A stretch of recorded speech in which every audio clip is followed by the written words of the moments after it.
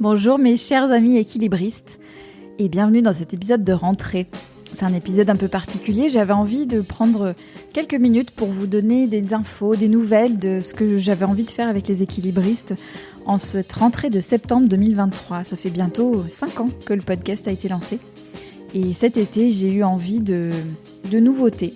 Pas de transformation radicale ou trop importante, mais de secouer un peu les choses histoire que ça ronronne pas et qu'on continue d'explorer ensemble. Alors à quoi vous pouvez vous attendre dans les mois qui viennent dans les équilibristes ? Alors toujours 2 épisodes par mois, tous les 15 jours, avec 2 grands axes qui m'intéressent. Les individus, toujours, pour explorer la question de l'équilibre au sens large, mais vraiment au sens large. Lucas, qui est mon cher stagiaire de début d'année 2023, que vous avez peut-être entendu dans l'épisode où je l'interviewais avec Jade, sa co-stagiaire.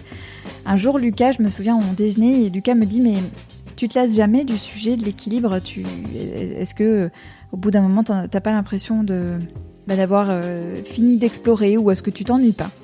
Et sur le coup, spontanément, je lui dis « Non, je m'ennuie jamais parce que vraiment, c'est un sujet qu'on peut prendre par plein d'angles, par plein d'axes. » Et c'est toujours vrai, mais sa question est restée avec moi, on va dire. Et cet été, elle m'a pas mal tiraillée. Je ressentais pas la même énergie, la même envie de faire. Donc d'où aussi cette réflexion et d'où cet épisode que je vous livre aujourd'hui. Donc non, je me lasse pas, à condition de ne pas m'en tenir au sens strict de comment on fait pour endosser tous ces rôles.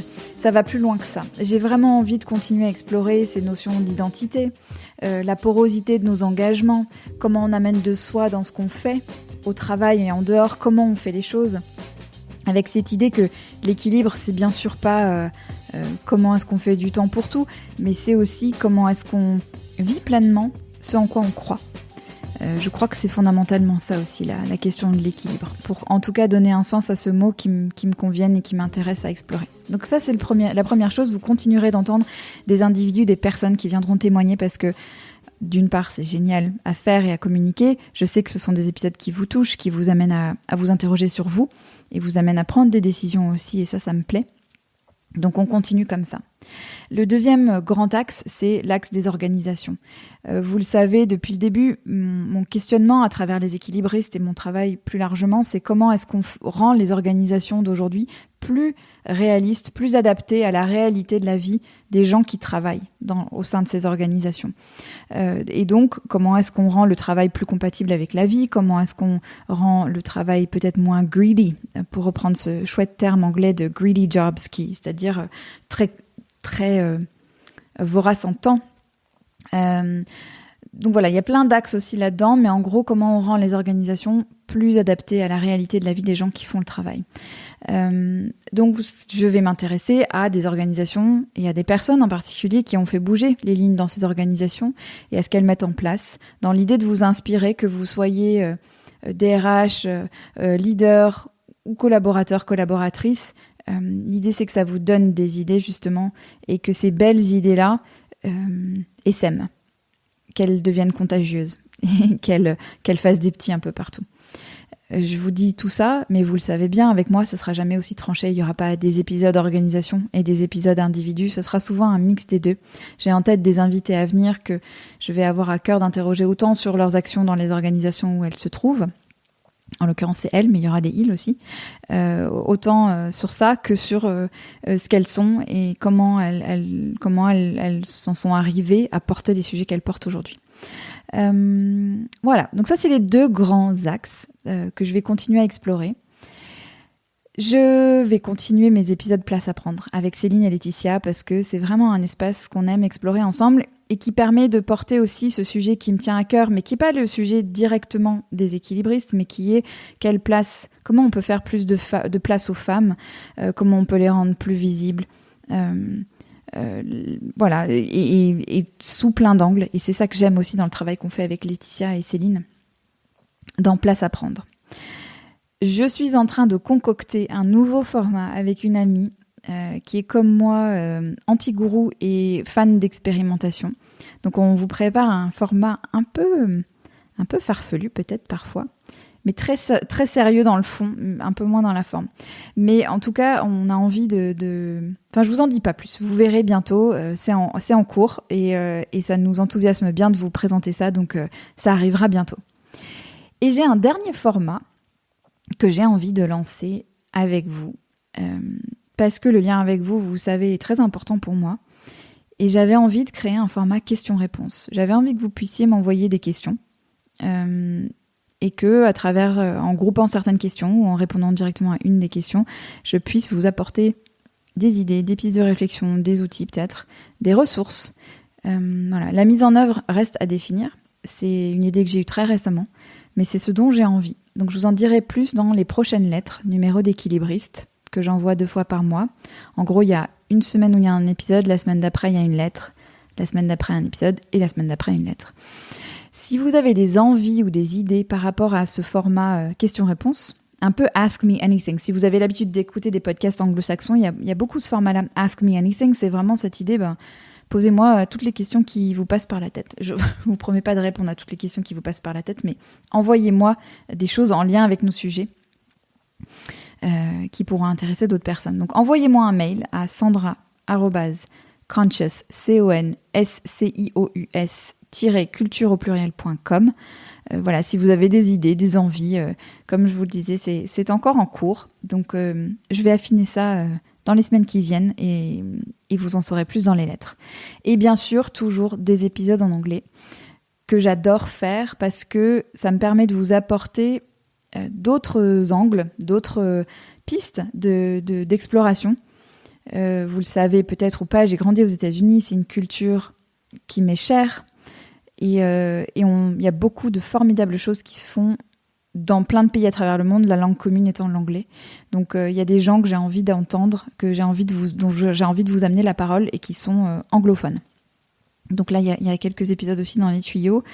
Et alors, j'ai eu un message il y a pas longtemps d'une d'entre vous qui me disait que depuis les épisodes, elle commençait à en écouter d'autres, elle commençait à lire en anglais. Et ça me fait très plaisir, cette idée que quelque chose qui vous paraît a priori un peu difficile ou moins accessible, finalement ne l'est pas tant que ça. Donc j'aime bien cette idée aussi de vous amener à vous bousculer sur ce dont vous pensez être capable. Voilà, et dernière chose dont j'avais envie de vous parler comme nouveauté de la rentrée. Je vous le disais, le lien avec vous est très important pour moi. Jusque-là, j'étais présente sur 2 réseaux sociaux, sur LinkedIn, qui est un réseau que j'aime beaucoup. C'est un réseau plutôt pro, mais petit à petit, ça s'ouvre à tout un tas d'autres formes de communication que je trouve très intéressantes. J'apprends toujours beaucoup et je me connecte à des gens très chouettes, donc ça, je vais continuer. Et j'étais aussi sur Instagram. Et autant j'ai adoré rencontrer plein d'entre vous via Instagram, j'aime beaucoup les échanges qui ont lieu là-bas.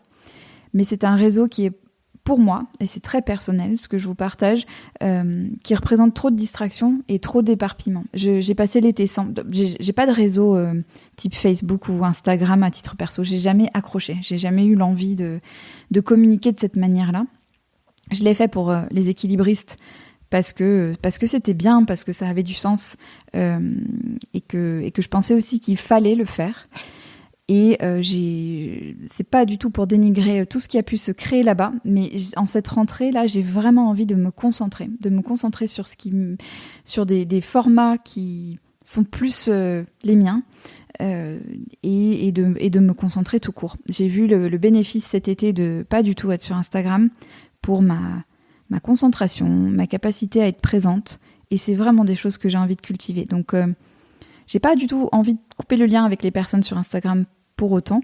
Donc Instagram passe sur le back burner.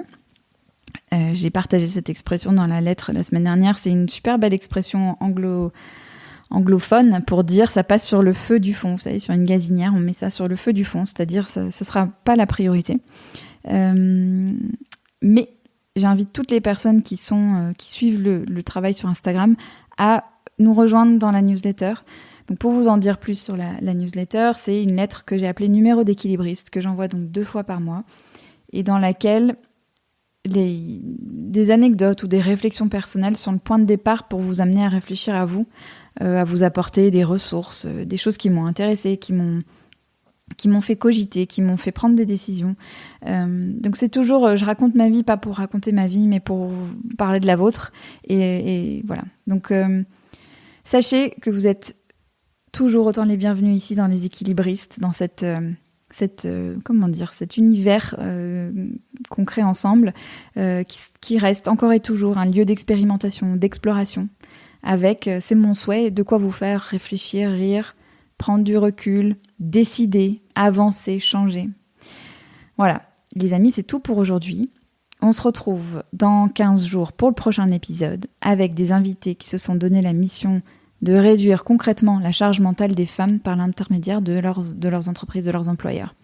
Si ça vous intrigue, on se retrouve donc dans 2 semaines avec mes formidables invités. Donc pour retrouver tous les liens pour vous abonner à la lettre et pour se connecter, si vous le souhaitez, sur LinkedIn, je vous mets tout ça dans les notes de l'épisode. C'est tout juste en bas de l'épisode quand vous l'affichez sur votre plateforme d'écoute. N'hésitez pas, encore une fois, à vous abonner au podcast sur cette plateforme, comme ça vous êtes avertis dès qu'il y a un nouvel épisode. Et si tout ce travail vous plaît, vous intéresse, vous aide, pensez à mettre une note, un mot, quelque chose pour permettre aux algorithmes de faire leur job et de transmettre ce travail à plus de personnes. Merci de votre fidélité, merci d'être là, je me réjouis de continuer tout ça avec vous et très bonne rentrée.